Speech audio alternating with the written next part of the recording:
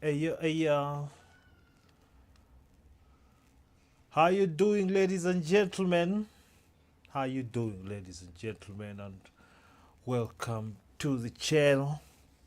Another, is it Wednesday? Is it Wednesday or Thursday? Wednesday or Thursday? Yeah. Whatever the case may be, there were stories out there that were interesting me that I thought will interest you too. So, normal business. Let me just check quickly that I am actually live. Excellent internet. Kila kitu, yeah.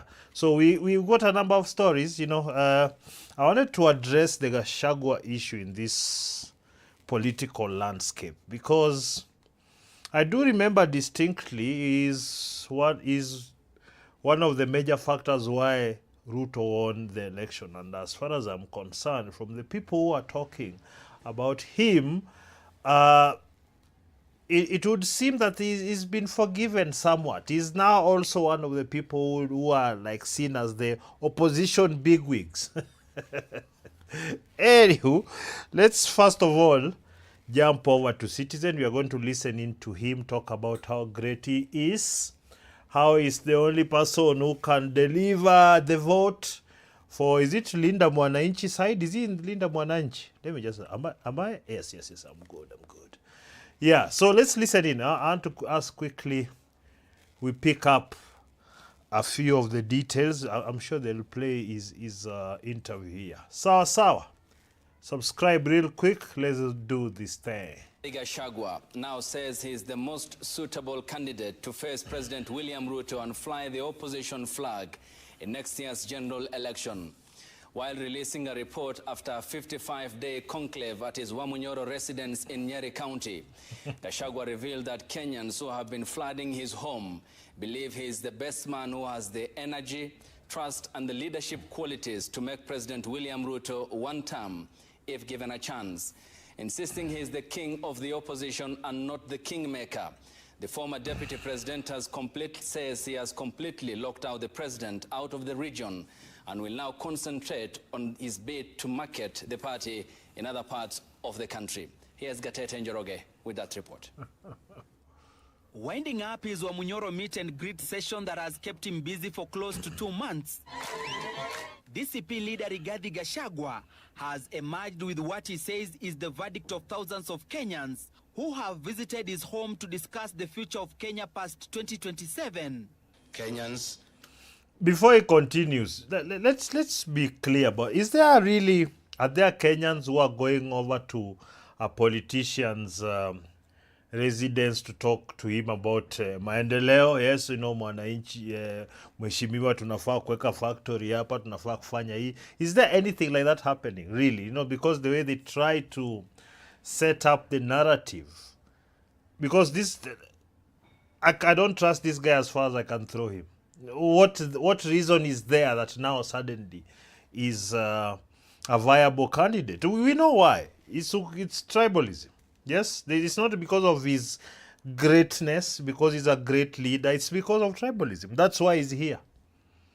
The fact that this is somebody people are looking at as a possible next president. This guy, Gachagua, who, if you don't remember, just a few years ago, yes, you people of one term and what. This guy was with Ruto just a few years ago, matching regalia, white shirt, red tie, and grey trousers. Hey, my brother, yes, my brother. So this is the guy now you go into I know thousands of people are going to see him, but not to go and tell him he should run. Okay, probably they'll tell him that so that he can part with some coins. That's why they're going there. They want the handouts. And he's giving out the handouts. And it would seem, at least in his view, that he is more popular than Sifuna, for example, where I think that's where the biggest problem is going to lie. Sifuna, in my opinion, is the undisputed king of that one-term movement, Linda Mwananchi. I think it's all jumbled up.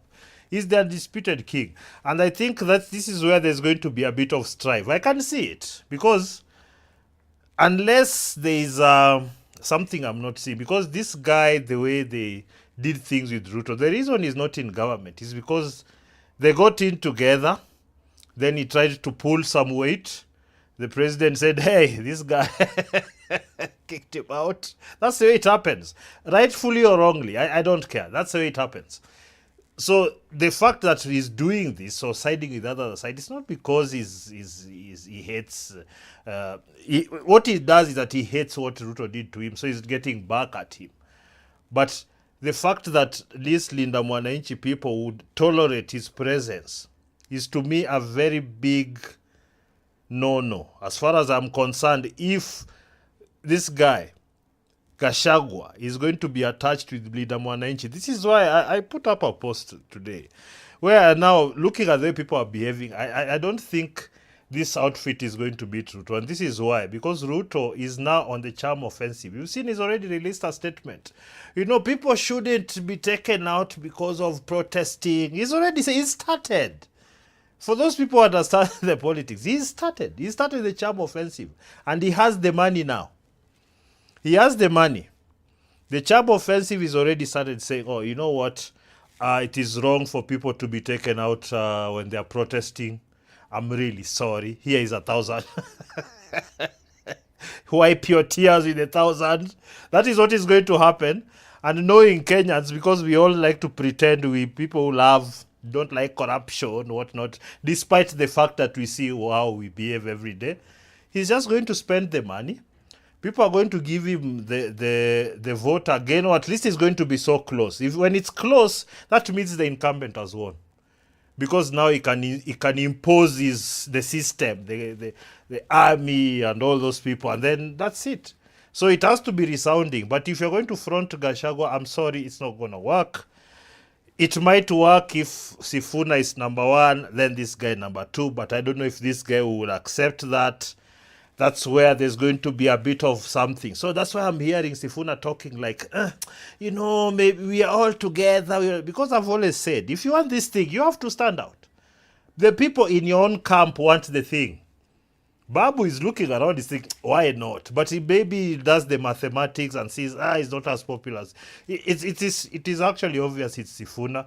But let's just finish up with what Gachagua is saying here and how he's a very respectable leader. Kenyans have instructed me to persuade my colleagues that I'm the best bet to guarantee a first round win.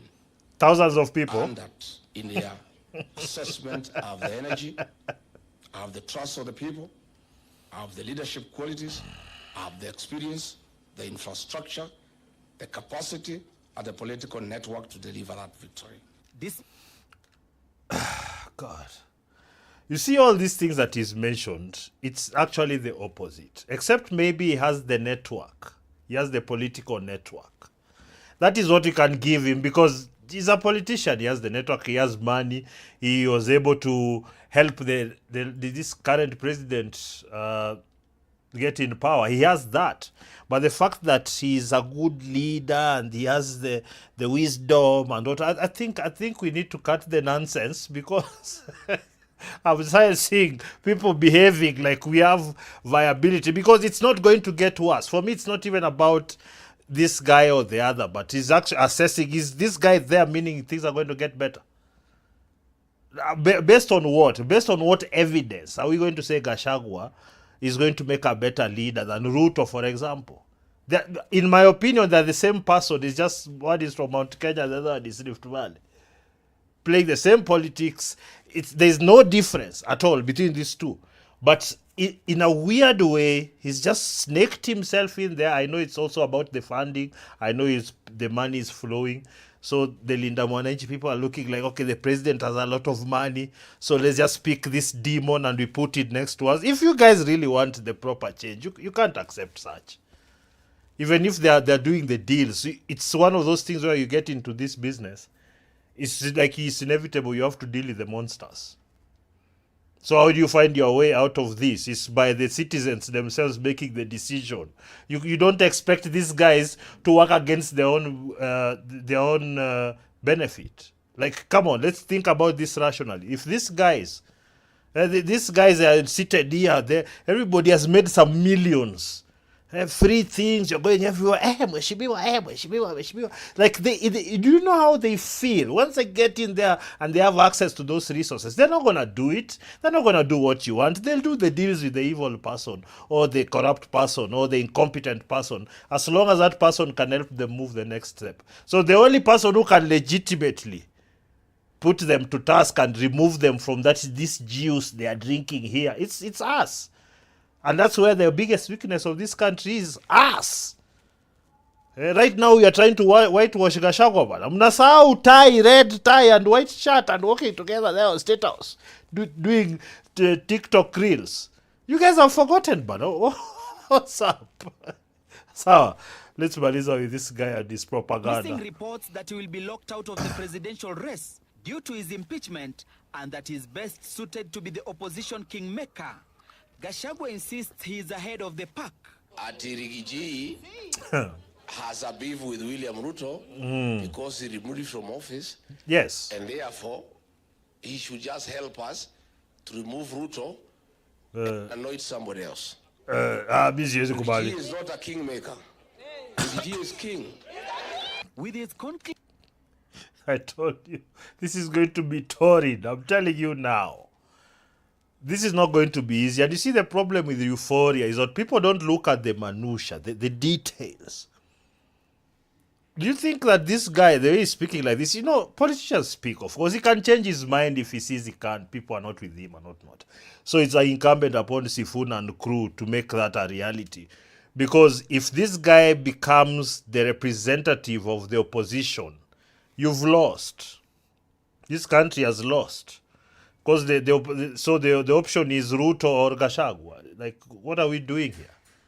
At the very least, the research I've done into Sifuna, it seems harmless enough. I have my issues with this association with activists and NGOs. That for me, it's even more useless. And the worst side, we have no power over those ones. But it seems to have at least the basic...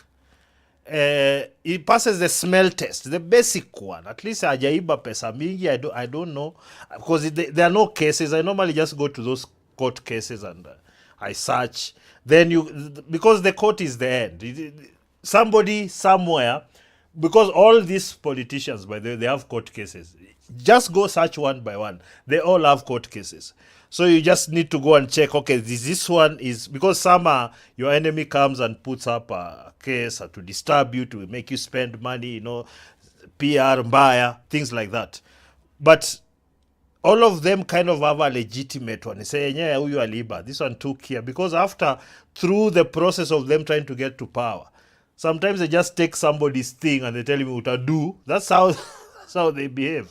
So it seems, in my opinion, for now, it seems the most clean in terms of taking public money, which is a threshold to have.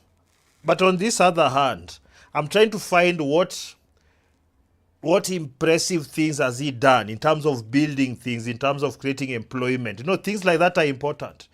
We have for some reason, for one way or another, we have to find a way that politicians have to have, they come in only after they've established something. Businessmen, daktari, something profound. It's not just a guy. Even a good teacher whose school is passing well and whatnot. Although we know the schools are also rotten, but you know what I mean? The thresholds have to increase.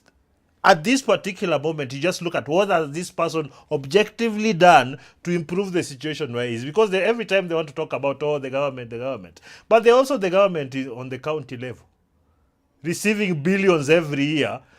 The same way we are seeing the nonsense in Homa Bay the other day and whatnot. They have CDF. Why have they not made those roads? Miguna from the other side. This government, they put us aside. This government, shut up.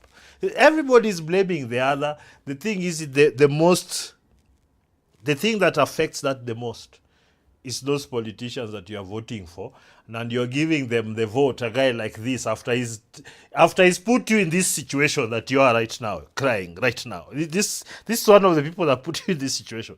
Now you're here at Rigiji, Linda Mwananchi. Yeah, come on now. Wakina Sifuna needs to make a clean break. Them, the Babu crew, and they just to make a clean break.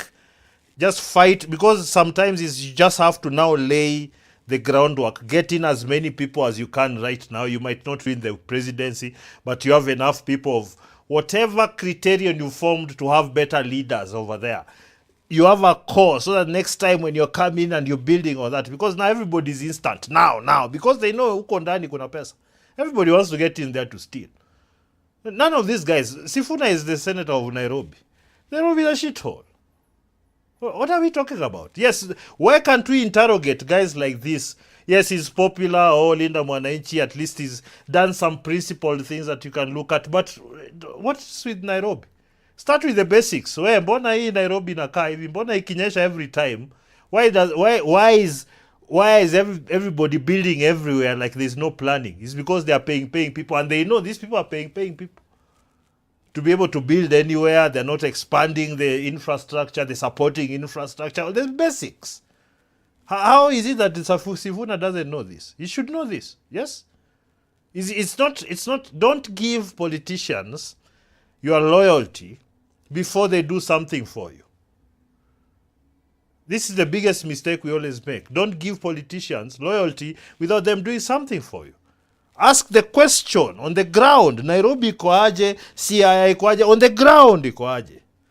So we just stop being thrown around. But unfortunately, I'm just saying these things out there because I think we need a lot more people to be a bit more discerning, to be a bit more objective, to watch easy my feelings, because the feelings are getting us into trouble. Oh, 1 term, oh, 2 term. What's our feelings? It's just noise. It's activist noise. It's just noise. It's content creator noise, but it lacks substance. Because even the same people that you're trying to bring in, like Rigiji over here, they don't have substance. What do you mean? On a day when United Alternative Government Principles held their retreat to plan their 2027 roadmap, this Kalonzo consolidating their strongholds for easy sailing in the general election. That the consolidation of the mountain is complete. The mountain has even been enlarged with Mount Kenya South and Mount Kenya North. They have now told me not to preach to the converted anymore.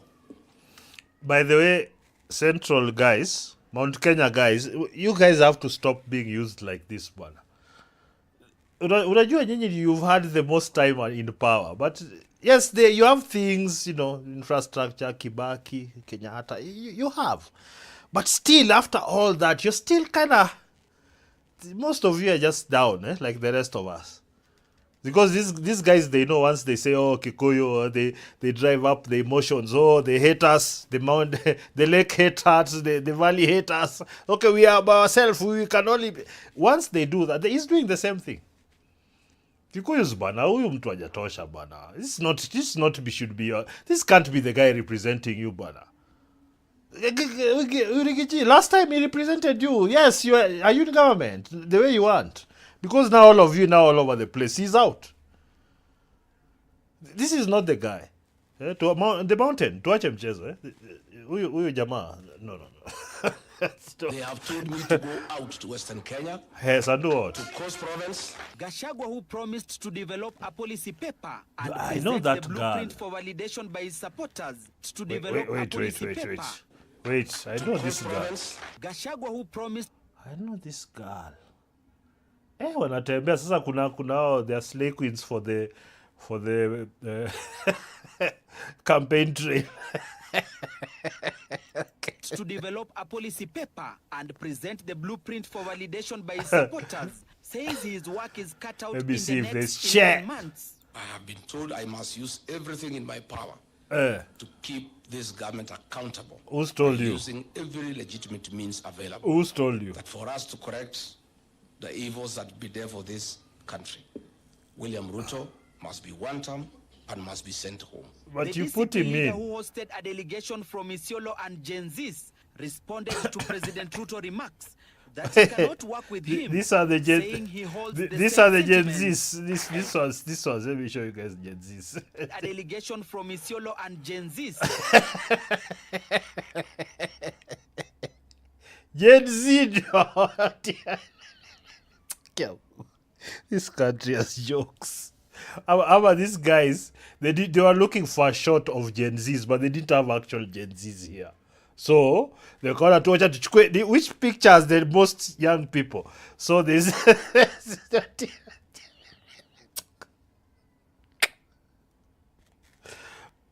it's just laugh. Responded to President Ruto remarks that he cannot work with him, saying he holds the same sentiments.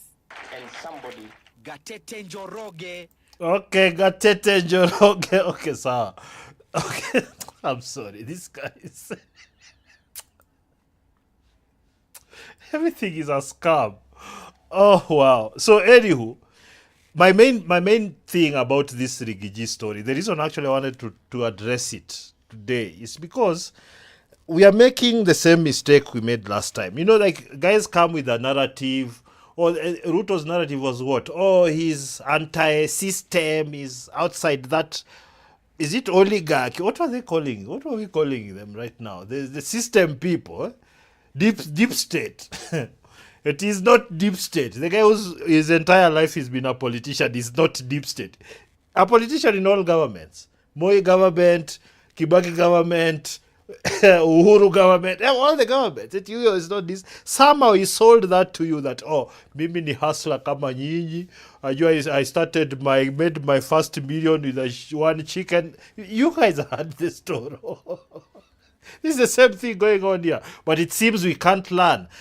It's unacceptable. Linda Mwananchi people, Linda Mwananchi, if you have this guy on your back, this is a monkey on your back. Gachagua is a monkey on your back. You need to lose this guy. I know he has money. I know he can throw around, but if it's legitimacy you're looking for, and you're trying to separate yourself from the current government and Ruto and the corruption therein and all the other ills, you can't go back to the same buffoon that they came in with. This is Gachagua they came in with, bwana. Let's watch him mchezo, bwana. What are we talking? What are we doing here? You guys all of a sudden you're just starting to get your emotions out of hand. You've refused to think, bwana. You want to stay that Gachagua is your savior. How did he do last time, bwana? Just treat people with, be objective. What did he do last time? Look at people's results and act accordingly. Stop pretending that somehow this guy reached this time, Gachagua is going to be the nice one. He's going to help the economy. Like, based on what? It's based on nothing. Except the emotions that you guys have gotten into about 1 term and 2 term. So now it's just about who can make the most noise, but there's no substance underneath. You can just talk about the general things. Oh, corruption. Oh, this Gen Z protest. Oh, extrajudicial. They're just the surface things that every time people are talking about. But what is the plan? Itemized plan. That's the level you should be as a Kenyan voter. What's the itemized plan for any of these guys? Wacha kunipa slogans, bana. Slogans are a dime a dozen. We know that. What's the actual plan itemized? And sell the idea properly. Stop trying to get everybody into some emotion so that they can't think rationally. And don't allow yourself to be pulled into this emotion so you can't think rationally. So anyway, let's move to KQ. Kenya Airways. Kenya Airways. It's what those companies, those parastatals I call a black hole of corruption.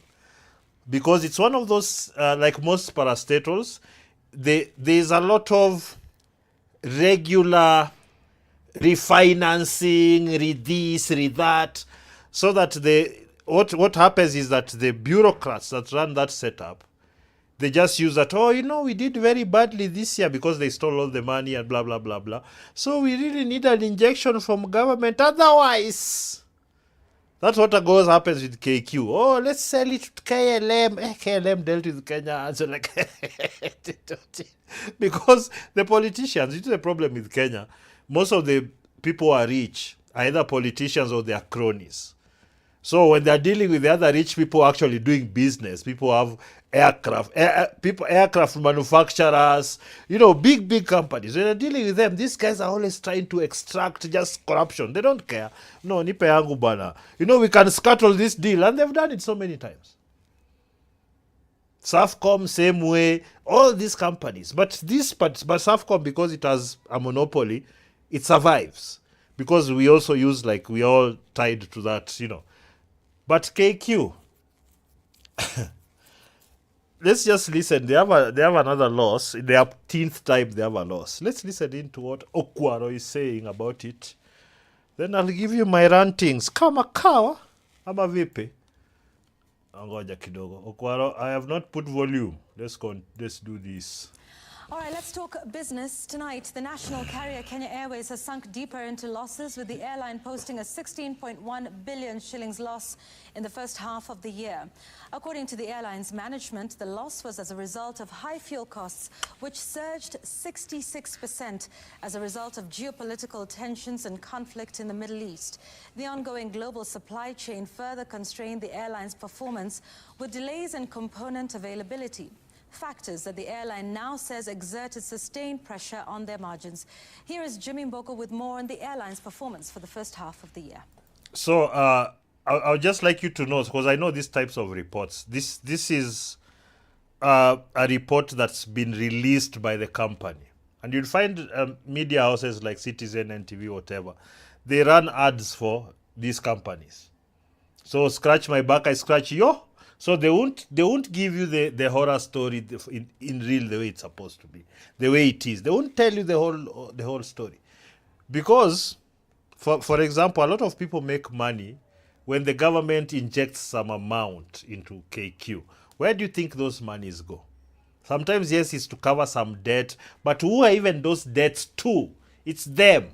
So it's just like, okay, let's use this to extract money. Then it goes into my company. The ones who are debt, the ones who are doing supplies, they're the ones who are doing everything. So what happens is that because these people are not business people, they don't know how to do business well. They don't know how to sustain long-term businesses. You can see all the time they start, there's a lot of pomp, then the very next year the money has gone. Some random guy from Zimbabwe, where they are doing deals. Some guys from Turkey are doing, like guys from India. They're just doing deals. It's because these guys know in Kenya you go, give the politician the chunk. They're the ones who have the power to just sign quick. And the politician will do whatever. And these days, actually, these politicians play those guys. One guy from US comes, he gives his bribe. You have the deal. Next round, some guy from India. So the people who know how to do that corruption nicely, they also get, let's go to the president to achieve. President, make sure you sign. If you're in parliament and you're not playing ball, because the money goes to parliament also. I'm just telling you how your system runs. That's the way it is. That money goes to the ground. So a big deal like KQ, we need to do this, we need to buy planes, we need to, and you see, they say they are buying planes, but then they take money for buying a plane, but then they go lease a plane. So there's arguments back and forth, and most of the time you'll only know that they leased a plane because somebody in that chain got played. And that person is powerful, and they say, these guys have go release that information. So whilst we are arguing, we have the attention span of 2 days maximum, it goes away. Anyway, let's continue. The first half of the year has rocked the national carrier Kenya Airways, with the airline diving further into losses at the end of June 2026. The airline posted a 16.1 billion shillings net loss, an increase from the 12.2 billion shillings loss recorded in the first half of 2025. So just so you are clear, the Iran issue and the fuel price issue, that's part of this. Okay, it's part of it. I'm not saying it's only stealing, but it's compounded. The problems are compounded by stealing. When these guys, when you're finding running costs are going high because there's Strait of Hormuz, what do you do? If you are not run properly, that means, and you're also depending on the government, when those margins are eaten into, what do you do? They just say, me, I can't. The guys who are stealing say, me, I can't take a loss. So they scramble for whatever is there, and they just leave the place. Because they know next round they'll come, they just say, boss, hakuna pesa. Then the government, they have to meet, politicians have to meet again. Okay, we need a cash injection of this much to KQ. And again, and again, and again. On the operation front, the airline recorded an operating loss of 10.6 billion shillings, up from the 6.2 billion shillings operating loss recorded in the previous year. In the same period under review, the airline saw its asset depreciate from 183 billion shillings in the first half of 2025 to 180 billion shillings in the first half of 2026. The airline blames this performance on geopolitics, high fuel costs, and declined capacity. Collectively, these factors exerted sustained pressure on margins and the overall network profitability. Kiprono, Kitonyi. Total operating costs during the period. These ghouls are still there, just stealing. Based on the above revenue and the cost dynamics, the group reported a loss of Kenya shillings 16.1 billion compared to a loss of 12.2 billion reported for the prior period. Our load factor remained resilient, where capacity was available. He's reading. And the decline in passenger number broadly tracked the capacity we lost. The thing is, you will always have lower capacity when the economy is bad. So, like, everything is being exacerbated. But, you know, there are other prevailing conditions. Strait of Hormuz, America, Ukraine, Russia, South Africa, whatever. Whatever pressures come into the world economy, come that. But it is exacerbated by these people stealing. All of them, there's no one who's living like a less luxurious life because their company is doing badly. They're not earning less money because their company is doing badly that the Kenyan taxpayer has to subsidize quite frequently. All these ghouls are just eating nicely. We have a problem. But this is the part of the reason, because I used to think people now, these companies work, and when they hear the losses, and then these people tell you, oh, they fuel this and the capacity that, all that is true. But one of the biggest issues why they can't compete is because they steal everything else. Money that was meant to go to some marketing somewhere to try and get some market in Europe is eaten. Oh, brand Kenya money is eaten. Oh, let's do some, let's increase capacity of here. Then suddenly it rains and there's flooding. Do you understand what I'm saying? Because this is where the contracting is where how they extract the money. And the people they contract to are themselves and their friends, who for better or worse don't know what to do. They don't have always wondered, in this age where you can just pay literally the Chinese to do for you everything, why they're always so horrible at doing deals. It has to take 2-3 times before even the basic, the most rudimentary building is put up. You have to haggle. The first round comes out, people eat it. Oh, we parked the trucks there. Oh, they do that with roads. They used to, before the Chinese took over. You just go park trucks there. You buy trucks. You've gotten, 5 billion shillings. They go buy trucks and they park them there and maybe some building material. And they say, there was a problem with assessment of the thing of the deal. Then they say, we need supplementary the next year again. So they do that 2 or 3 times, make money, move on. You get still, okay, queue. So what we have experienced in largely unserved demand, not an absence of demand. What? But again, we are not presenting the external environment as an excuse. At the same time, the airline continued. But that's all you gave. What do you mean you're not presenting that as the excuse? That's why you're giving us this information. Or we're in a loss because ABC. That was the excuse. And that's why I need you guys to listen when these people talk. They speak from both sides of their mouths because they know they don't really have a good explanation and they don't want to tell you the truth. The truth is that they have run down this, they've mismanaged, they've stolen, they've done everything possible to make it very difficult for this business to be sustainable and make profit and grow. Every time it tries to grow, it builds up, they get good collaborations. Every time, the next 2-3 years, they just, again, to the floor. Oh, we are selling this plane now, our losses. It's always the same. Because anyway, that is our MO as Kenyans. Sisi ni wezi. Yes, we steal. If you've worked in these offices, if you're working in these offices, you see it, right? Don't you see it? Your managers doing deals, invoicing each other. Their companies are the same companies doing supplies for the company. Huh? You see now your company has been falling. For us guys in the media, you've seen the NTVs and all. They just close a whole floor of studios, and they tell you, our profits, yes, it's because they used to have the monopoly of the money, the agency money for advertising. It's just because let's assign Citizen this, let's assign NTV this. Then the viewership dropped because online, people like me have eaten their 6 viewers. I have 6 viewers, but at least now, by now, 349. So we have all eaten into this ecosystem, the media system. I'm just giving an example. So they couldn't compete because they are very high cost, first of all. They are mismanaged, and then they don't have the best talent despite having the most resources. So you've seen a lot of talent out here. You've seen like Larry Madowo. See, the trend thing. It became big. Then they just went and brought somebody there, just put someone there with negative charisma. So the trend just became another thing. It's not something big. It's not something that the way it was when Madowo was there. In fact, I think that's what got Madowo the CNN job.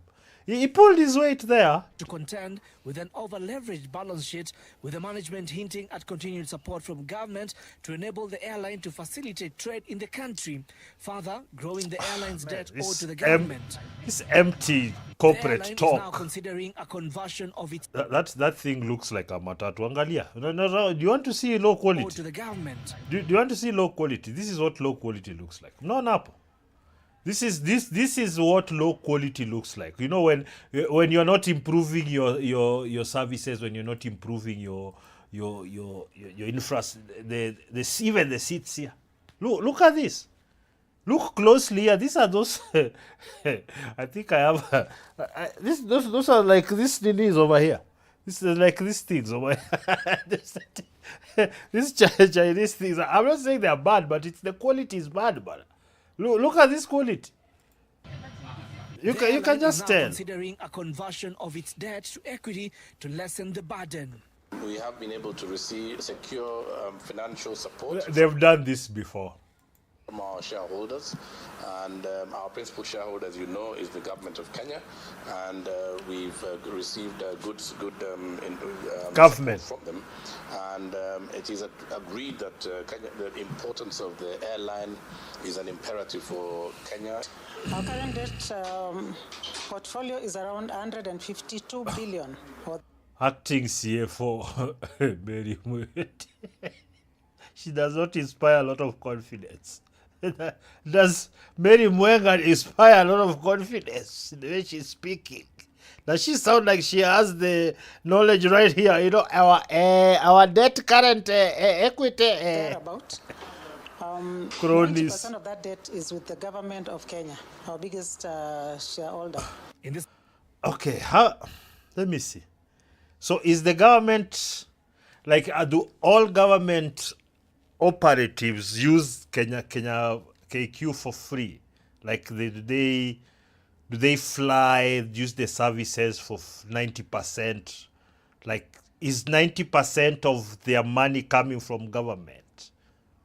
Or what does the government do to get the debt? I'm confused. How does the Kenyan government have the majority of debt towards KQ? Do they use KQ services to the extent that they have that debt? I mean, it's possible. I mean, Kenya government operatives, it's possible. But is that it, really? No, they're just bamboozling people here. Government, they can blame the government because the government says you are being the government. Tell them it's government. That's what's good. I'm going to find out how the government owes KQ 90% of the debt. Because that's what she said. Let's listen to Mary over here. Period under 52 billion or thereabout. That portfolio is around 152 billion or thereabout. Debt. 90%. So 152 billion debt. KQ. So I'm assuming that's from like purchasing planes and things like that, operating costs that they're not able to meet with their business. Maybe they borrow all the time, so maybe the government subsidies also don't meet that anyway. That debt is with the government of Kenya, our biggest shareholder. How? In the same period under review, Kenya Airways saw some positives, with revenue increasing by 9% to 81.3 billion shillings, up from 74.5 billion shillings recorded previously. Okay. See, they said that the traffic has fallen in terms of like, that's why they have part of the debt. So if they made more money, it came from where? Where did the other money come from? It's not from increased business. It's not. These people, they speak from both sides of their mouths. That's why, like, you have to question. Always don't just take these media reports just like that. There's a lot of diversionary tactics that are used to not give you the full picture. Second highest to be recorded over the last 7 years. Cargo revenue, on the other hand, posted an 18% growth to close the half year at 8.8 cargo billion revenue, shillings, up from 7.5 billion shillings previously.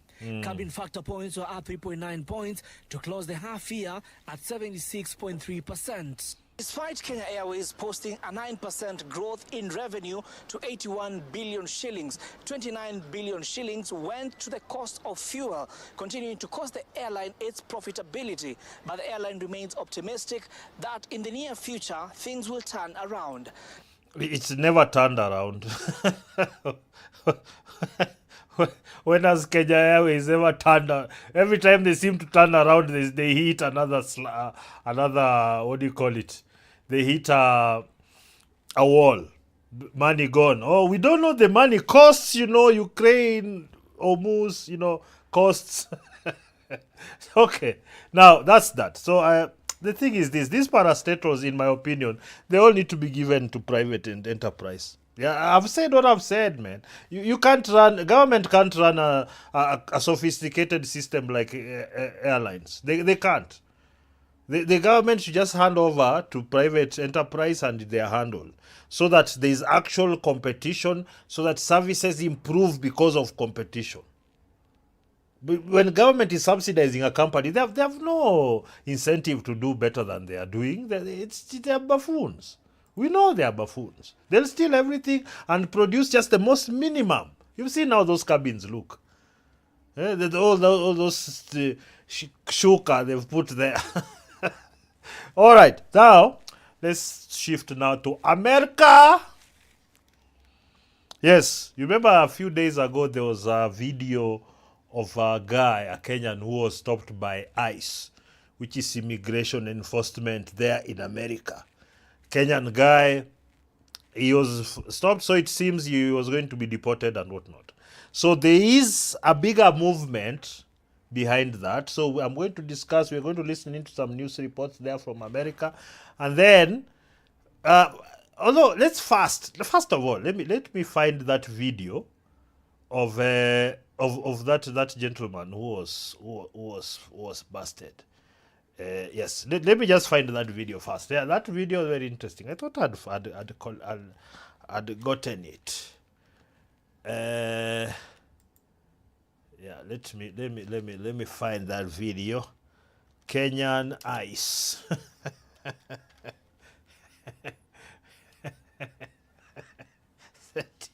Kenyan ICE. Kenyan busted by ICE. Let's see. I have. Yeah, here it is. When your village witches are working. You see, this is the problem. No, it's not about village witches. It's about following the law of other countries. All right, let me. I found it. Just give me a second here. I need to do some navigation. Some small navigation here, so can you find it nicely? Where is you? Yeah, I wanted to see it. I just there was some information on that video. that I thought is important to hear. The way those cops handle those guys. Yeah, I was thinking, like, I was comparing this policeman of ours. If you mess around. But then these American police are very nice. Compared, you can only compare with all the rest. They're very nice. They're very poor. People talk nonsense to them all the time. Like, you suck like this. All right, let's watch this one first. So it looks like you have pending asylum application. So we're gonna have to take you in, and they'll deal with that. Okay. What did I do? So I think you overstayed your visa. How did you come into the United States? Was it with a visa? Yeah, with a visa. Yeah, B2. Oh, did he find a need? There you're playing a fool. What did I do? Boss, you're in America. Trump, when he came in, he told you guys, hey, go back to your country if you're here illegally. That also means when you came and you've overstayed your visa, which is actually what most Kenyans are doing. So overstaying visa, mambo kama yo, they are cracking down heavily. In America, it's very big. You think you're hiding somewhere, nobody will find you. My friend. Came in as a visitor? Yeah. Yeah, and then you overstayed it. Okay. We're going to need you to step out real quick, okay, for us? You come on out. Oh, God. What do we do? Yeah, he has a warrant for his arrest. So, Edward, I know it sucks. Let's not make this complicated. Okay? Can I make one call? Say it again. Can I make one call? When we get to the office, you'll have a chance to call whoever you want. Your lawyer, family, it doesn't matter. Are you listening there? Those cops talk to these guys. Almost most of the videos, of course, there are videos that they also have silly cops. But most of the demeanor is this. Just, sir, very professional. Yes, this is what we do right now. You are under arrest. We are taking you there. Then there you'll get your phone call. You can call whoever you want. Hakuna kelele mingi eti nataka nini? No, police. Kijana unapiga. At this point, you have a warrant for your arrest, so you have to come with us. When you get there, A we'll set warrant. you up for an appointment to see an immigration judge, and then you go from there. Okay? Immigration. We're Don't not here joke. to cause a scene. Let's just do this easy, right? These guys can go back to church, wherever they gotta go. They're going to church. You can call them whenever you get there, okay? Yeah, you'll get a phone call here in about 45 minutes. So can you step out for us? Yeah. Can I ask? Is that too loud? You said it's a warrant of arrest. It is. It looks fine. Looks fine. I don't know if it's too Is it loud. like a crime ID? A crime? No. Dude, what do you mean? Is it like a crime ID? Unajua sisi kujifanya fala. Come on, dude. You overstayed your visa.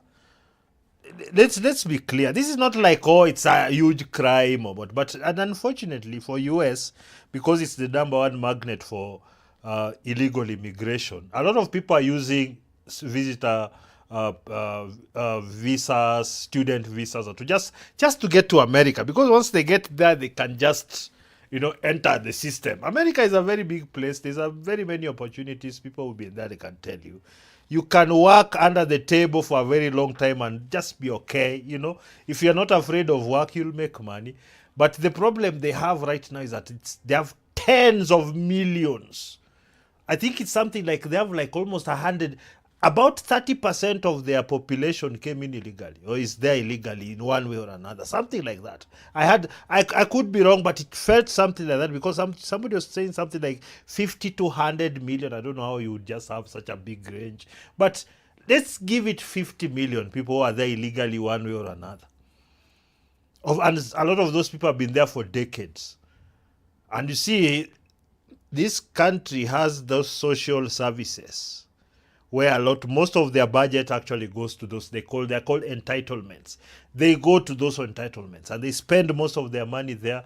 It's become they can't afford it. It will at some point it will run out, but that's where most of their money goes. And a lot of people who move there illegally know this already. There are NGOs on the ground, on the borders and places that will tell you how to do it, how to go there and to ask for asylum, blah blah blah, and to go here. What kind of free entitlements do you have? You have a phone, a house, some EBT cards they're calling. You can just go shop and buy food.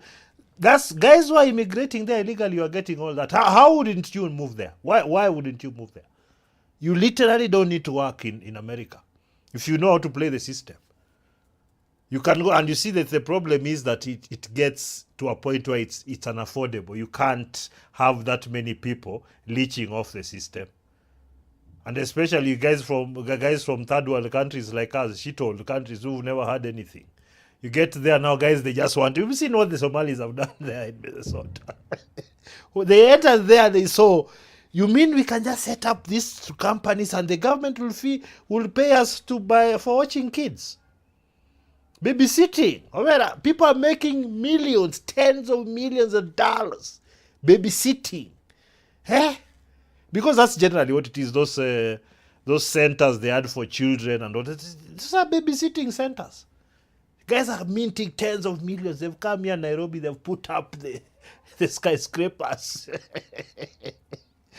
I'm telling you, this is what is going on here. There's too much money being lost, and there's too much goodwill that has been lost in terms of their society is getting very fragmented. This is part of the reason, this immigration stuff. They have too many people who've come in who are just coming to eat. And for any country, you want people who want to come in there and mesh. If they're going to spend your money, live among you, they have to come in and mesh. That's just standard. If you want your country to survive, you have to have that. You have to have commonalities in culture and whatnot, no matter where you come from. Like if you're from Kenya, you go there, Mark. Say, Mark. You forget you're Kenya. Mark. It's a civil offense. Just for that visa overstay. So you're going to have to see an asylum officer. They're going to review your asylum application. Oh, so he's applied for asylum. Oh, yeah. They did the thing. That's how they do it. D2 visa, so you're technically in the country illegally. That's the underlying issue here. Okay? But you see, if you go with a visiting visa, visitor's visa, you go there, then you now ask for asylum, it gets trickier. In fact, the guys who come from the southern border now who enter from this southern border, Mexico areas, those ones are seen to be in more dire straits. They are likely to be given asylum more than you came in with a visitor. They just know you're just being a sneaky fellow. So go ahead and step out first, please. Was I suggesting if you can allow me to make one call? Man, Yeah, if you're you see, this is the other thing. When you go to other people's places and they're being very nice to you, they've told you to make your phone call when you go to wherever you're being taken. Now, I know right now his heart is beating. The fat. I'm being removed from the fat, man. Jesus. I know what he's feeling. I know what he's feeling. But it's not up to them to elevate our poverty. It's for us. So if they tell you, you overstayed here and you're not even... And let me tell you something, and what most people will not tell you. Once you've been to America, you've gotten a visa and you've gone there and you've behaved yourself, and it's not difficult to get it again. Even if you come to... In fact, you should come to Kenya with months to spare. Just come and be productive. Do whatever that thing that you're doing that took you there. They'll keep inviting you. I know artists and guys, online creators, getting a visa is nothing. Like this. If today they are sending out, they have a show over the weekend, today they'll get the visa tomorrow. I know such guys, because most of what we are seeing is these people are trying to do outrageous things, sneaking. You sneak because, well, this country doesn't really need you like that, like you have to sneak in and take what they have. But if you are really useful and you have money in the account, that's the bottom line. Do you have money in the account? It's not difficult. So don't think that you're from the third world now. They'll allow you to just go. They're turning. I've even seen Europe. They're starting to turn. This thing you've seen there, Spain. You've seen what's happening. They're starting to turn. A lot of these woke politicians who are pushing the immigration thing, they're being defeated by right now. A lot of the other people who are anti that are stepping in. In fact, they're losing more and more elections. So for all of us shithole dwellers who think are just going to immigrate there for a better life, it's going to get harder. It's going to become like before. Do you know that in the 80s, and I can't remember when they removed it, you could go to UK without a visa if you're a Kenyan. But going there, you had to sell land. some acres. The ticket that time was like 120,000 shillings. And that was like in the early 90s. Do you know how much that money was that time? Like, it was more expensive then to go to UK than it is now. Cool with us? We can address it, okay? So just step on out. I don't have a problem with it, as long as he doesn't, as long as you're cool with us. I'm good with it. Yep. You cool with that? Do you think the Kenyan cops would have been this patient? Sisa hii would have already been carried over.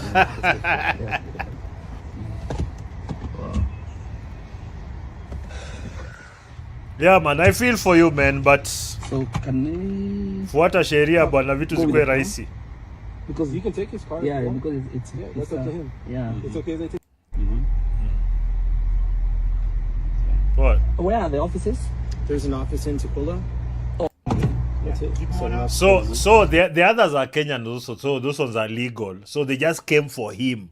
They knew huyu Mogekoyo, huyu, this one. Among this group of Kenyans who are here legally, there is this one.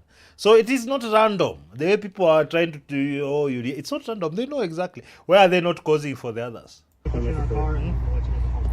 Okay? You'll have to be quick though. I'll give this guy a second. Okay, thank you so much. Yeah. We'll bring just a second, okay? Here, just set the stuff down. Okay, hapo. Hey, Mogekoyo.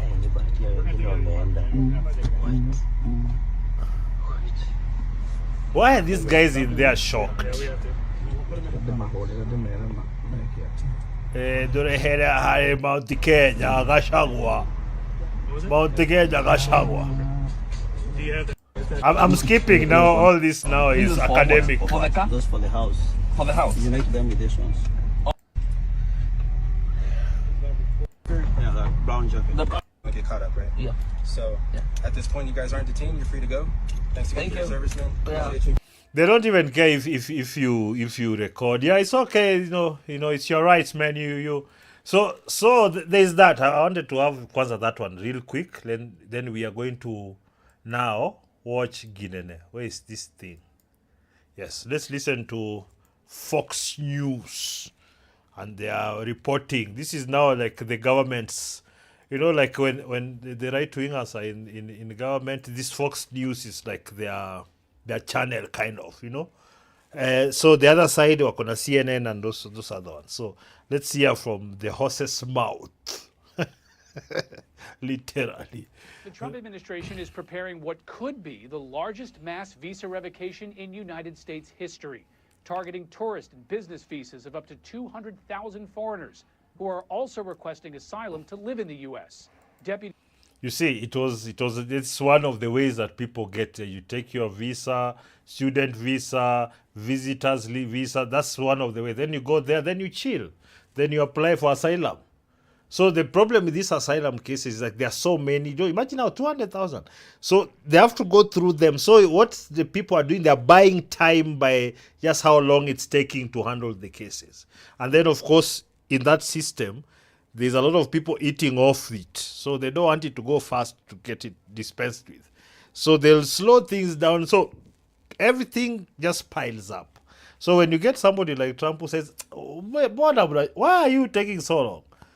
Button, they just start clearing you out. They say they have planes. The planes to take you home. They're even telling guys, we'll give you $1,200. That's like $150K. We'll give you $1,200, you get out of here. Plus a plane ticket and everything. So this is so right now. If you're in the US illegally and you want to just self-deport, they'll give you a ticket and some pocket money. That's where it is. So to show you, this government is already doing the mathematics that they'd rather give you money, you go, and a ticket, because you are too much of an expense to the economy.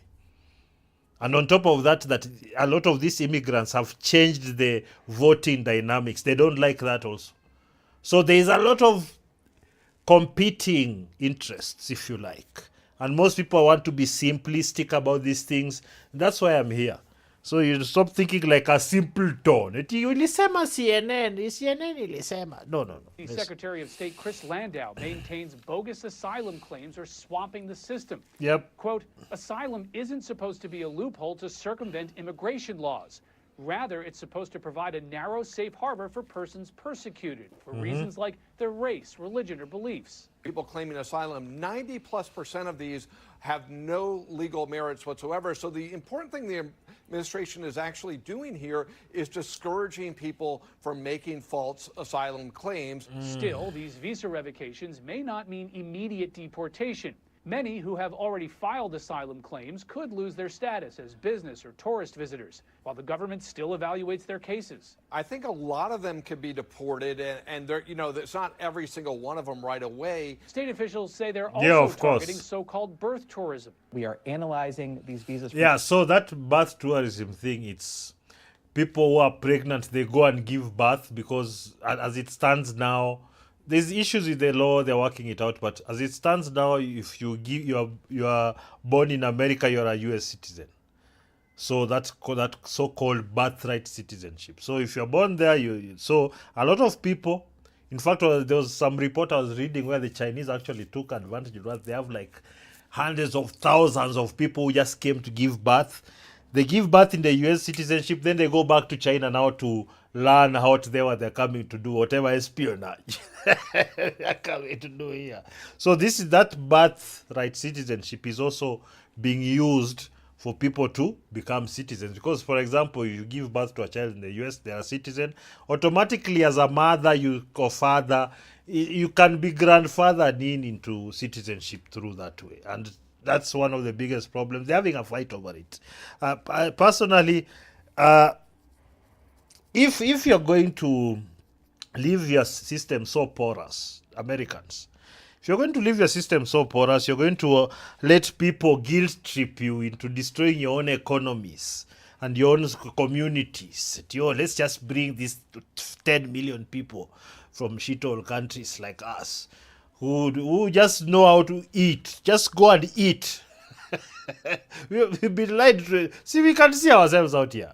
What are you talking about? We can see how we behave out here. We eat. We are corrupt. Then we take our behaviors there. Of course, it's not all Africans. Don't catch feelings. I'm just saying, if we look at, like, the Somalis, really, they didn't do us any favors, the behaviors and the way they reacted to it. Oh, we will steal. And there's nothing you will do. Oh, you see, all that. I knew it was going to breed something like this. That arrogance that will steal from you and there's nothing you can do about it. You thought that was going to be, they were just going to let it slide. In fact, I've seen the Trump administration is really going after Ilhan. That woman, Ilhan Omar, the congresswoman, they're going after her. Because even as she did her shenanigans, she's eaten some of that corruption money of Minnesota. It's on. Because a lot of the time when there's noise about it, they're losing the propaganda war and they're becoming unpopular. They pull back. Then now they come for you individually. When there are no crowds of activists to defend you, just individually, you can make noise online. What? We'll ban you. What are you going to do? We'll ban your account. We'll call you a terrorist sympathizer and we'll ban you. That is, now they're going individual to individual. They say, oh, these people here, these people are giving birth here, then individually. That's what is going on. So that noise that you guys were making, oh, you Americans, you are racist, oh, we must come to your country. Why are you chasing us from your country? You must give us aid. USAID, you must give us money, Americans. You otherwise you're bigoted. They're like, oh, So that's how you've become. You've become beggars, arrogant beggars. We'll show you now. This is what's going on right now. You've seen how our protests became whimpers after that USAID money was taken away. You saw that. Most of you can't connect it. That's what's going on. By the way, that USAID money, it was funding a lot of stuff you don't know. Locally, being able for a lot of these NGOs to establish themselves and the activist groups to establish themselves within our system, within the constitution. Why, my friend, you don't know how much money was spent there. Some of that was USAID. Around the world, identifying travel patterns, being able to identify those repeat travel patterns that indicate that fraud. President Trump's August 6th executive order directed federal agencies to target birth Orange tourists man. and anyone who helps them. Officials say they have already revoked nearly 900 visas connected to birth tourism. Some legal experts warn... So basically, if you're going to the US now and you're almost giving birth, visa is nothing. You're not getting a visa, so you can go and birth your child over there. Let me tell you a short story. Now, was it just before COVID? Just before, like 2019. So I had a chance, just before that. I did 2018. Yeah, I had a chance. Somebody was telling me there was this chance of going to Germany, some artist thing, some filmmaker thing. We go there, then there's a chance, then we'll go to US. So he had this whole plan, and he knew we need this much. It was like 350 Gs. So you need 350 Gs. So there was a whole plan. How you can go to Germany, then go to US, then you can play the game, artist, till you become a citizen. In fact, while you're playing artist, you can just impregnate some white girl and have a mulatto baby, and then you can stay now forever. That is a plan that was sold to me. I thought about it, except the mulatto, fat white girl mulatto baby at the end. I thought about it like I can go, but then in my head I was like, I am too old, man. I was already in my 40s. I'm just now sneaking around with youngsters trying to... no. So my plan was different. In fact, when I asked, I'd even talked to some guy from the embassy. He said, no, you can get a visa right now. Yeah, if you want. Where? You want to go to show a film? Come, we'll give you a visa. Once I found that out, and I found that a lot of people don't really, because a lot of people who are denied visas, they can be seen that these idiots don't want to come back to the country. They can tell. They've seen thousands of people like you, thousands behaving the same way, saying the same things. So normally it's the truth that will get you these visas. Oh, you are film, you are invited for the thing. Okay, sir, here's the letter. Oh, they put some money in your account. Oh, how much? Oh, okay, fine. It's simple. First, you have to have money. Let nobody lie to you. Money. Proving fraud in these cases could be difficult. Legal challenges... Who's a plot in America? Mass visa revocations are expected, with critics arguing an asylum application does not, on its own, prove someone misrepresented their intentions when they entered the country. You see, those critics, what they're saying critics, those are the activist groups that are making a whole lot of money from these immigration manenos. Advocacy groups. When you hear advocacy groups, hey, my friend, it will not go well for you. You're about to be disturbed by a bunch of feminists and activists and all the ists that exists, that have been paid to just be a pain in your behind, just pricking you. Anyway, yeah. So I thought that was interesting. I saw that the story about the mass deportations and how they are cracking down on the visas. I thought it was important. You see, because even me, I have my plans of going to the US, but my path is rather straightforward. I just that at this particular moment, you're having issues trying to because my main thing is that. The reason I want to go to America is I want to go sell a movie. I want to go, sell tickets, show some movies in some theaters, a few states, come back to Kenya. It's cheaper. When you have the dollar, imagine it. That's the best position you can find yourself. You're a Kenyan, then you go to America as a business person, selling a product you've made cheaply here, but at a standard that can be accepted there. That's usually the how do you say? That's the main use. Otherwise, who's a plotty? Sell your ancestral land, meet up with a few people. There are people who can get you visas one way or another. It's there. I'm just saying, because it's been offered to me, and if I wanted to marry a fat white woman and get a mulatto baby so that I can stay there, I mean.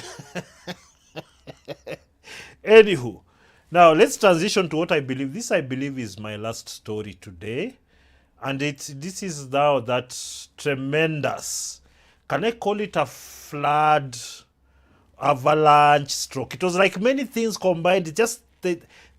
Many disasters combined to produce this. Now, this is the Nepal-China border flash floods. We are just going to watch a few videos and just give commentary as usual.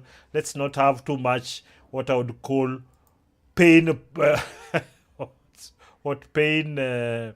pain porn. But this is devastating. Just to show you, Mother Nature is not your mother. You know, Mother Nature is not your mother. This I watched. There are so many videos like going around. Not so many. Actually, there are quite about 3 or 4 that really show the thing from beginning to end. Let's jump in here and let's watch something. So this is that the Nepal flash flood destruction. I don't know if it's calling a flash flood is sufficient because it was pretty big. This is now like a town center somewhere. Let's watch.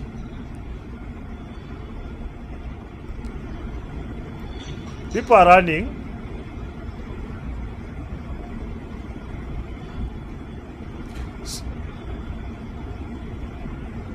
Yo. That was not very clear. Let me tell you something, So it's okay, I believe this is that. Okay, so this is somebody who was filming. Look at that, brother.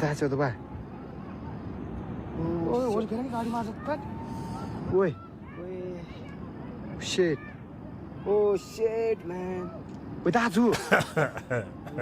See those guys. I'm telling you, America, culturally everywhere. They're like, oh shit, man. That's America. It's there in Nepal there, but America is Koapa. Don't joke, man. Superpower manenos. Without you.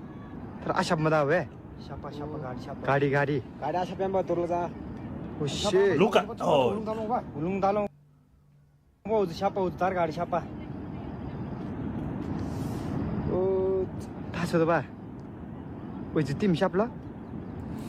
Now imagine how many of these floods have happened through history where we don't even... Where do you think all these myths and legends and stories about great floods come from? It's when like everywhere, somebody somewhere has experienced some tremendous floodings. Even us here in Nairobi, every year we have every year we have to be treated to some pseudo this. But as it's self-inflicted because we're the first swampy area. Secondly, the drainage is messed. Thirdly, your how do you call it? Your dam that was built by the colonialists is still the same one. I'm so ashamed. So ashamed of being a Kenyan. Now,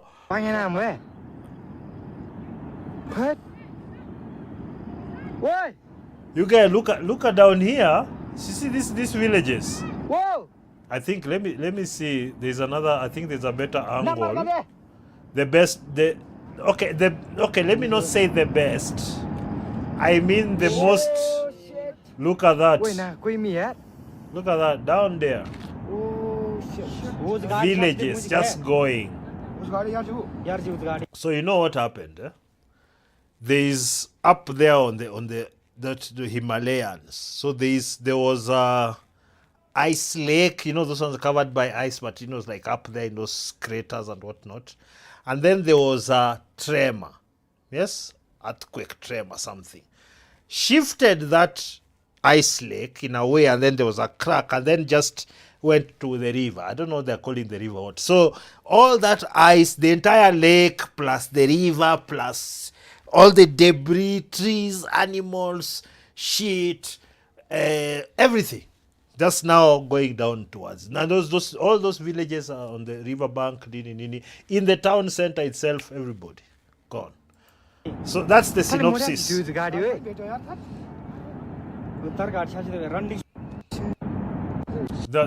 was a... Look at that.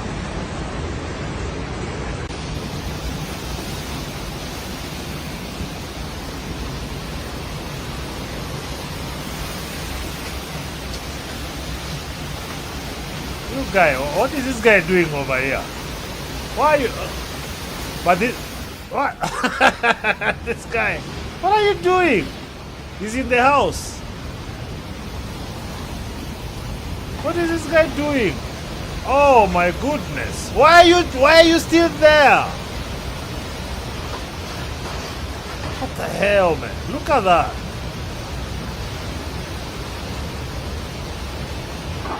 Somebody's Uber there. Somebody's Uber. you know some of these disasters, every time you think about them, it's like, I can escape like this, I swim, no, you can't.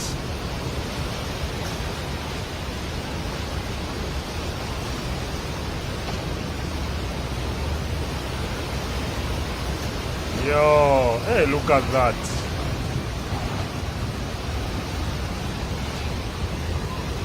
This building is going down. What is this guy doing here? The guy recording.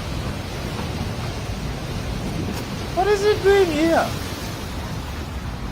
You run, Bwana. Look at this idiot. I'm telling you, everybody wants to trend.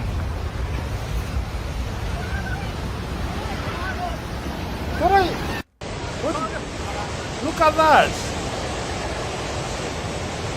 Yo. Yeah, so this is a bridge. I saw this one. Look at that. Just there's nothing that can stop it. Once that mass of water and debris starts moving. Look at that. Just snap the road in half.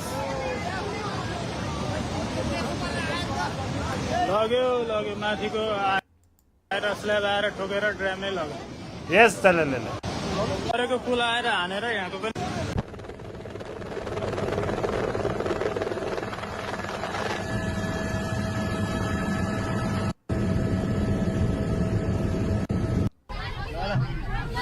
These are guys who are in town, eh? Where are those passing? Watch. I'm telling you. Look, the water is coming. These guys are just standing here. I'm telling you.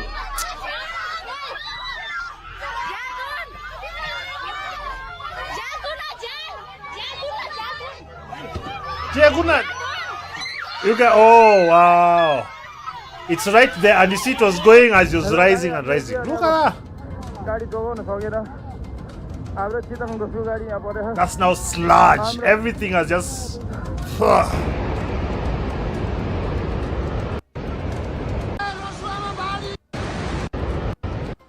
There's one, eh?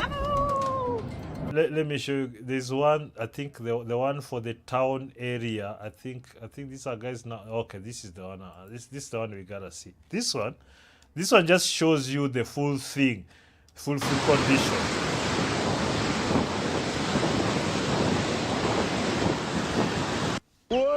Look at that. Look at that. Look at that. Look. Hey. These guys were running down here. You see these guys over here? Let me show you. These guys. Look at these guys. These guys. All these guys here. There's you can't go anywhere. I just want you to watch it. Look at that. Those guys down there. Look. Look at this. Look. Guys are running. Yeah. Guys are hanging. Look at this guy. Look at this idiot here. It's like you can even hear the thunderous, roar coming. Like this. I'm telling you, sometimes that's human. Anyway, that's why it's the fittest genes that survive. If you're one of these people who your genes, they gave you like a 65 IQ, so you're hearing thunderous rolling coming from somewhere, and you're still sitting here pointing fingers. You know it's coming.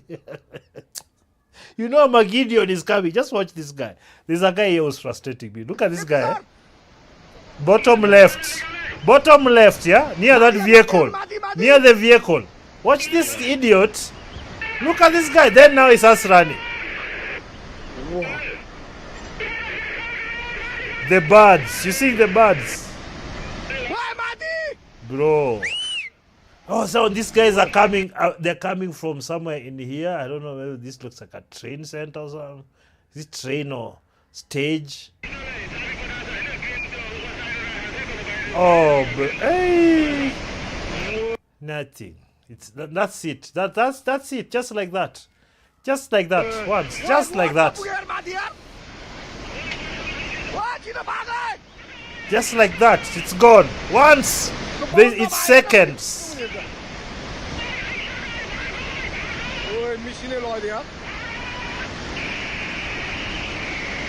What? That town, will everything gone. Look at that, man. That security camera just stuck up there somewhere. Maybe it's not reaching. Whoa. This is that. Oh, this is.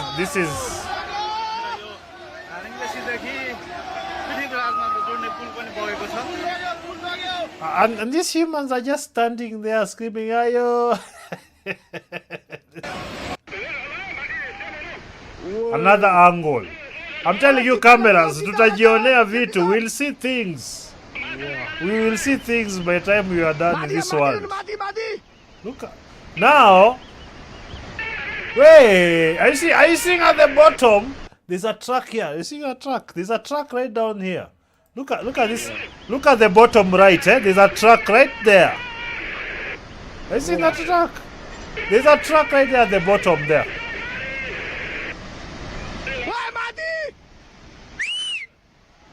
Oh, there's a guy. There's a guy. What are you saying, Omera? Oh, there's a guy down here. Okay, if you can see, almost at the middle, just right under there, just near those power lines.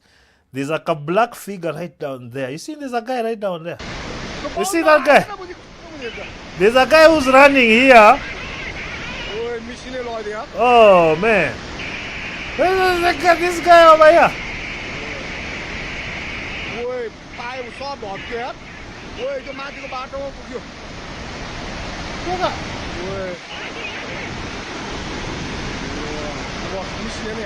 Yo, where is the guy? Oh, he's here. Oh wow, he's the guy has been saved. The guy so he's lucky the water didn't come towards where the camera is. That it went down that way and it's not accumulated. So man.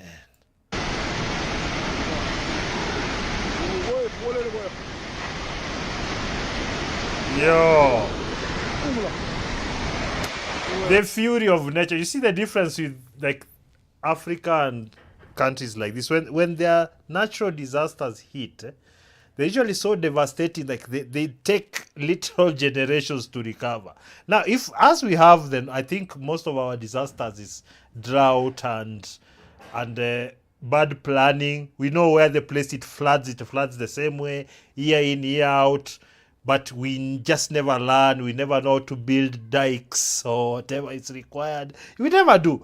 If we had as many natural disasters as, say, the East and the West have, those biting winters, we would be non-existent. I have been thinking that's maybe the reason we are so behind is because we never really get tested by nature properly. Like, there's no place where you just go and find a guava and just pluck and eat. The sun is there more or less throughout the year. That's why we are like this, yeah? You don't have to think about one day the glacier will just break and just come down and wash away all these 100 villages. We don't have to think really about that.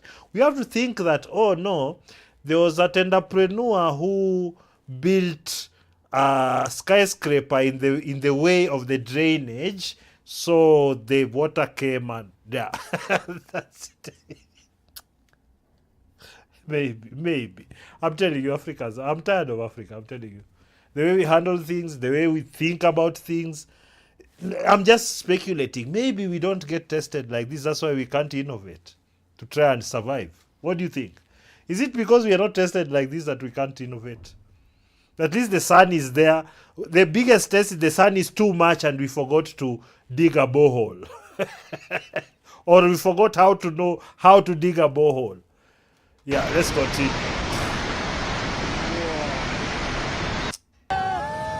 Okay, you see, there's let me see if there's one I saw before and after. So basically, those are the let's see here. Yes, this is what I was trying to show you. You see, it's mountainous. It's a mountainous. So look at this. It's past like this. Share everything. Everything, it's gone. Build. Maybe this one's. It doesn't even look like it really devastated this area properly. This.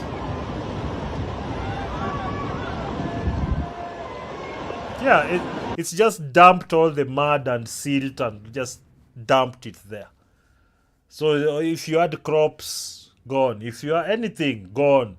Your house, maybe you guys who live top floor here, maybe they have a chance, but then you have to come out somewhere. There's nothing going on, shops, what? So basically this, we are looking at 10 years minimum of trying to rebuild this area, and probably never come back because of maybe what has happened up mountain, you know. Or maybe they can't because that hazard has been removed. Maybe, you know, human beings. If a human being just kanyaga somewhere, feel this feels solid enough. Let me see where my house can stand here. You've seen in town, you know, a shack on top of a drainage somewhere, you know.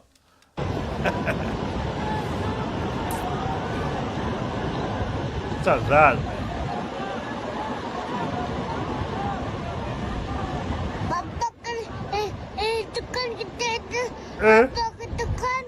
Okay, son, you've seen natural disaster.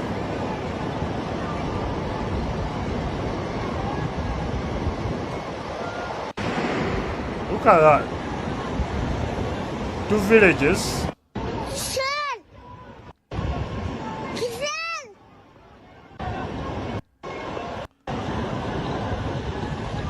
Look at that, just sweep.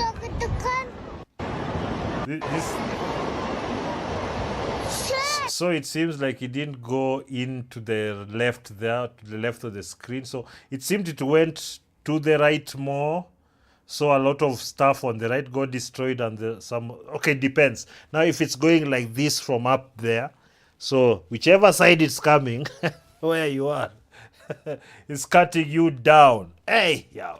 Let's go to X briefly to do X is where all this stuff is dumped, because the other social medias, they behave like they are our mothers. No, you don't. You're not supposed to see such bad things, my son. The algorithm, your grandmother, say that's horrible. You see, don't worry. You're not going to see these bad things. The Nepal flooding. Yes, these are before and after. I wanted to show guys here real quick so that you can see.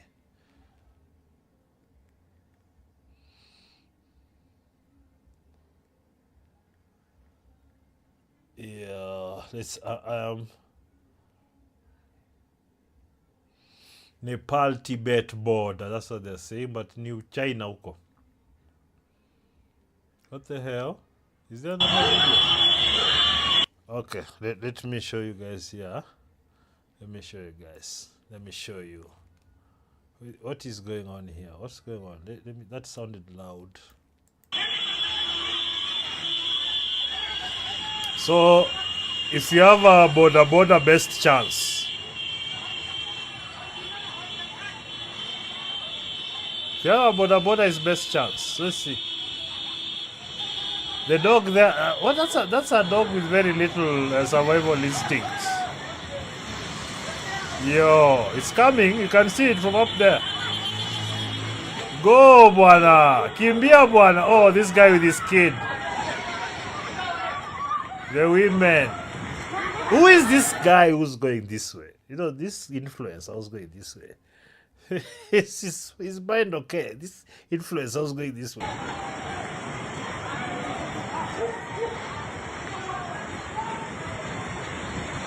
Influencer has stood on the side of the road.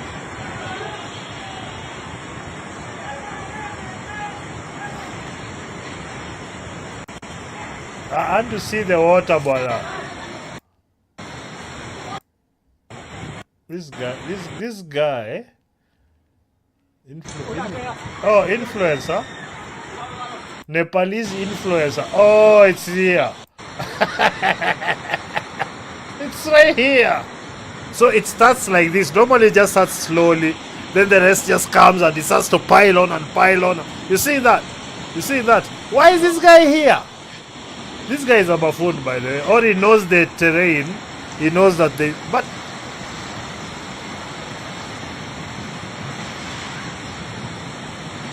all the diseases you've ever thought in your life, they're in here right now. In this sludge. This porridge of everything. Everything is here. Let me just wait, I saw like somebody. I saw like somebody was.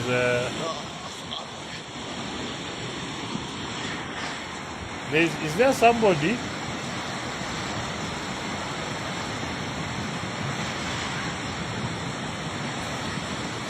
Is there like right there at the top left there? Is there like somebody dropping there, falling? You know, guys like this should be swept away for just being so effing stupid trying to be an influencer. You know, I caught it live. It was here next to me. No, Daddy. Look, I'm telling you, this influencer.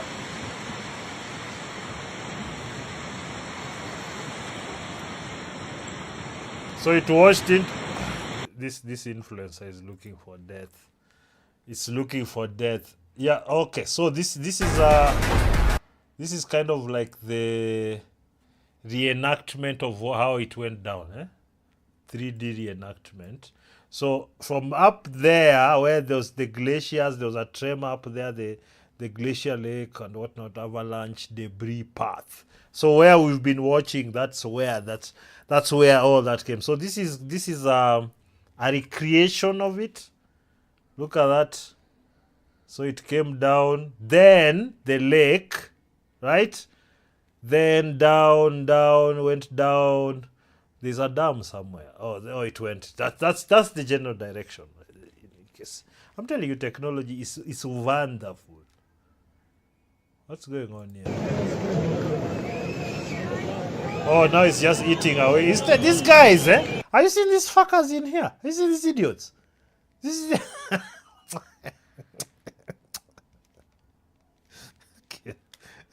No, it's not that bad. Let's just stand here for a minute. There! Now look, have you seen that? These guys in here, they're just standing there and the thing is falling apart. Oh, Lord of mercy. Look at, like, there are guys right there. Just if you look in through the middle of the frame, there are guys right there. Look. Look at those guys. They're being told to go. Look those guys there. Those guys. Look at those guys. What the hell? Look. Oh, wow. Oh, wow.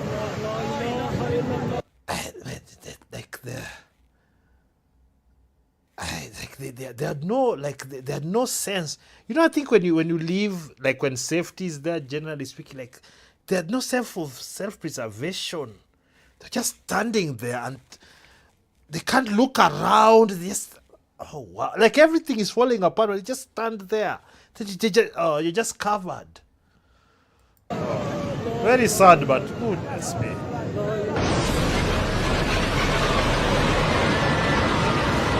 What? Yo. Now, you know, if you're in the middle of it now, this is now the more intimate. The guys were in town where it came when in town. Let me reduce that volume. Yo. So there was a guy who had even the shot of the bridge right there where it was going down. What are you doing here? Look at this. Look at these guys. I swear to God. What are they doing there? What are these two guys doing here? These three guys. Oh man, influencer. Influencer, you'll be fish food very soon if you don't watch out.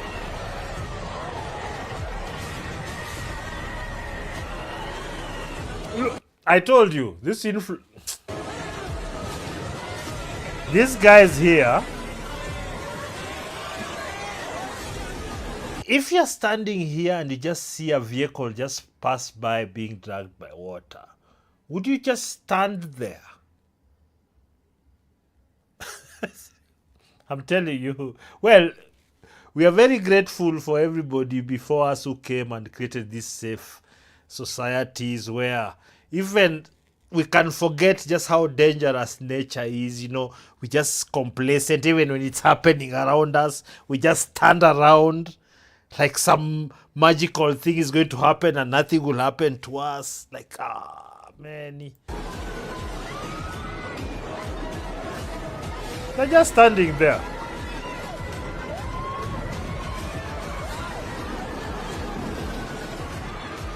Yo. This doesn't look like it. This looks like it. You see, sometimes they mix up these videos with some others. You know, this content these days, that's the game. This I think is the worst one. This is the worst one. It's just, you know, you can see the people there running. Some are running, others are hesitating. Oh, what's going on? What's going on? That sense of preservation I was talking about. Just what's going on? What's going on? You just hear but you see the thing is here, you can hear this.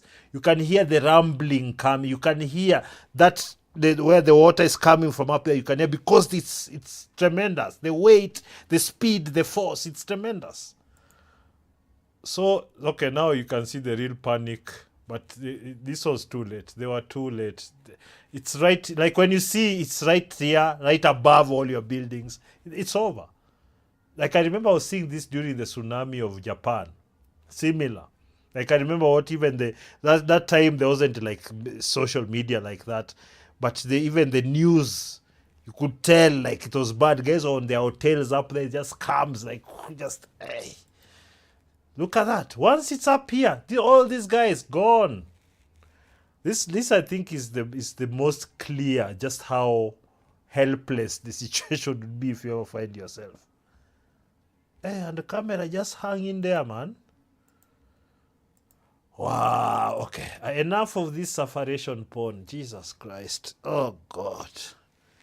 Yeah, man. I've enjoyed this one. I've enjoyed it. Was a rather interesting, varied stream. 955 of you passed and went.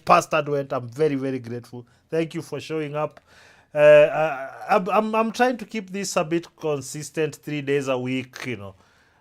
Tuesday, Wednesday, Thursday, maybe Friday or Saturday, depending on what's interesting. And of course, I'm doing my Arsenal watch-alongs. Arsenal! On whenever Arsenal is playing, I'll be doing a watch-along on this channel. So if you're an Arsenal person, that's just for us on the side. It's not for everybody. If you're just an Arsenal person who wants to watch me celebrate, I'll be doing some antics here. Not really like dancing like those cringe TikToks. You know, I might be bringing some whiskey we test, or I test and I tell you how it is, some cigars, you know, things like that, some jerseys if I get a new fake original jersey, you know, things like that. We do interesting things, we see what happens. I might even, I was thinking sometime that I should do something like, because I want to set up a place where I do the watch-alongs, but maybe I do something like cooking. You know, I'm cooking while you're watching the game. You know, I'm talking nonsense. Something like that. But, you know, food for thought. But there's also Arsenal live streams every time Arsenal plays, whenever it plays. And then, of course, this channel is for world news, politics, you name it. Then there's a 3D Africa Media channel where I do all my film stuff, all the great, if you're a filmmaker and entertainment, that's where I do all that. So the company is growing. I'm telling you, the company is growing. So you can, I'll leave all the what do you call the links to the channels below so that you can go and subscribe. And then, of course, I will cut this particular stream, which has gone on for 1 hour, 40 minutes. I'll cut it into more digestible bits. There's reels, there's shorter clips and whatnot. So I'll be spreading it all over my social medias, which I will also leave a link down below. I am there everywhere: Instagram, Facebook, TikTok, X, YouTube, everywhere. Even Rumble. I've entered Rumble.